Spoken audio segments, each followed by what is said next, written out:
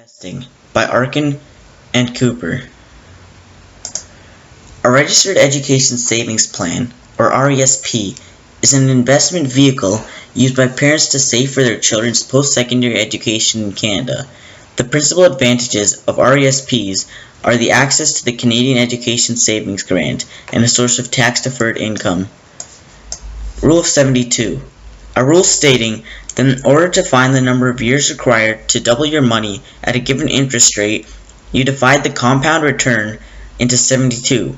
The result is the approximate number of years it will take for your investment to double. Mutual funds are an investment vehicle that is made up of a pool of funds collected from many investors for the purpose of investing in securities such as stocks, bonds, money market instruments, and similar assets. Mutual funds are operated by the money managers, who invest the fund's capital and attempt to produce capital gains and income for the fund's investors.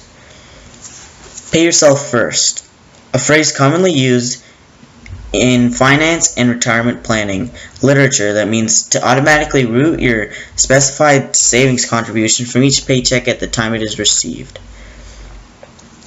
Because savings contributions are automatically routed from each paycheck to your investment account, this process is said to be paying yourself first.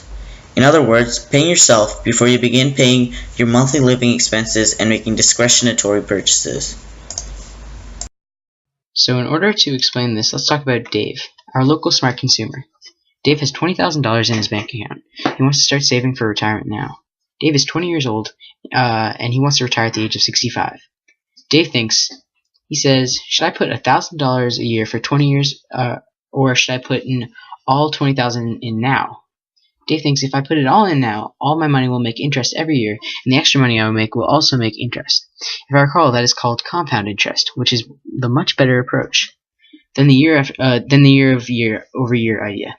However, some people can't always commit large sums of their money at a time like that, so that if that's your situation for you, then this is a downside to compound interest. But the plus is you will make more money than someone who used the other strategy. Term deposits, bank accounts, bonds, and GICs are all forms of investments. But how are they different? Well, GICs are low risk, low return rates. Money is inaccessible for the agreed upon period, and they're only available in Canada. And they're only available for purchase from the Canadian government. Bonds. Bonds are available everywhere. They can be offered by the governments and companies alike. Fixed return, and they're given a fixed return rate and a fixed time to cash. Bonds come in many variants, like normal bonds, wartime bonds, and callable bonds that can even have a non-fixed time for the bond to be cashed. Bank accounts. The money is deposited or borrowed from a bank. This money can be used to invest by the bank, and there's low interest on most accounts. Term deposits. Term deposits can only be cashed after it matures. However, the maturity can range from months to years. They are also very low risk. All of these investments are low risk, but they all have different return policies and cash-in policies.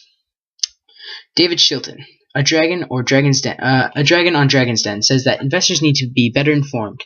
He says this because people who are ill-informed about investing go through life facing unnecessary financial problems.